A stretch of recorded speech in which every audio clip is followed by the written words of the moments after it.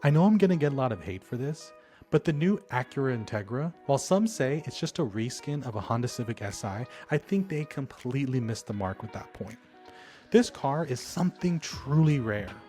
An entry-level luxury car that combines both being well-equipped and an affordable price.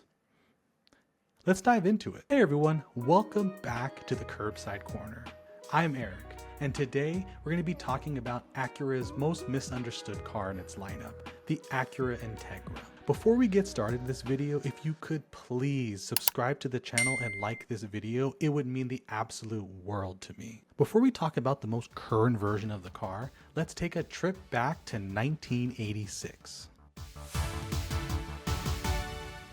In 1986, Honda launched Acura, the very first Japanese luxury brand in the US with just two models, the Legend and the Integra. And today we're talking about the Integra. From day one, the Integra wasn't just a Civic with leather.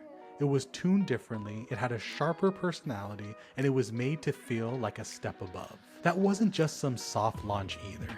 Those two cars is what made Acura as it is today. Here's a fun fact.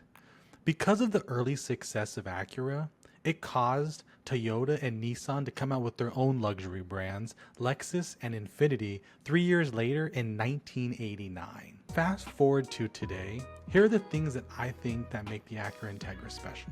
I get it, the Acura Integra, to me, is a Honda Civic Si. But it's for someone that wants something a little bit more refined, with better seats, better amenities, and something that you can truly feel that's a little bit a step above a Civic Si.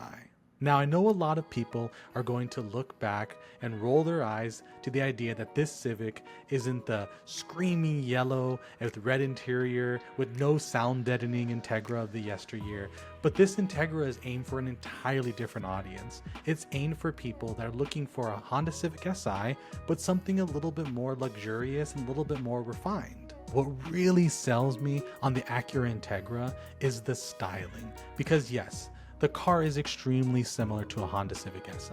However, everything that I like about the Honda Civic Si, it stops with the exterior. The Integra has so much more aggressive body lines. The front is much more aggressive. The rear end is much more aggressive.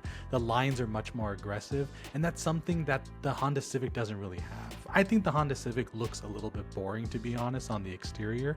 But the interior, as something I talked about with the Honda Prelude video, I'll share it up there, is that when you look at the Acura Integra, you can actually think to yourself, it has all the best parts of the Honda Civic, but it has an aggressive look and feel that's missing from the Honda Civic. And to me, that's the best of both worlds. On to our last section of this video, something I wanted to talk about was that of the upcoming Integra refresh. I know it seems like the Acura Integra just came out recently, but we're actually coming up to a refresh model of the Integra.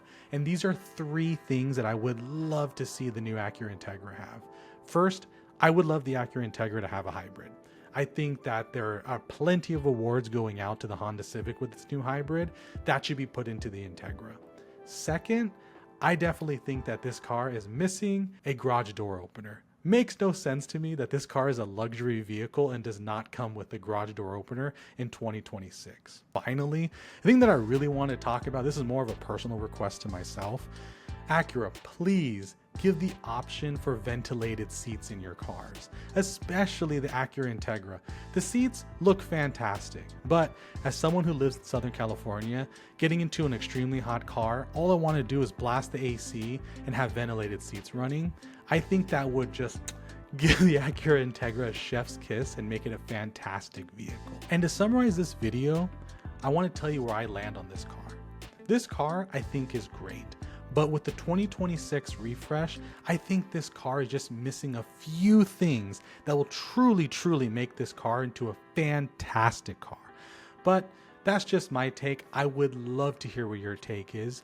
Are you overrated, underrated on this car? Do you think this car is properly rated? Please let me know in the comments down below.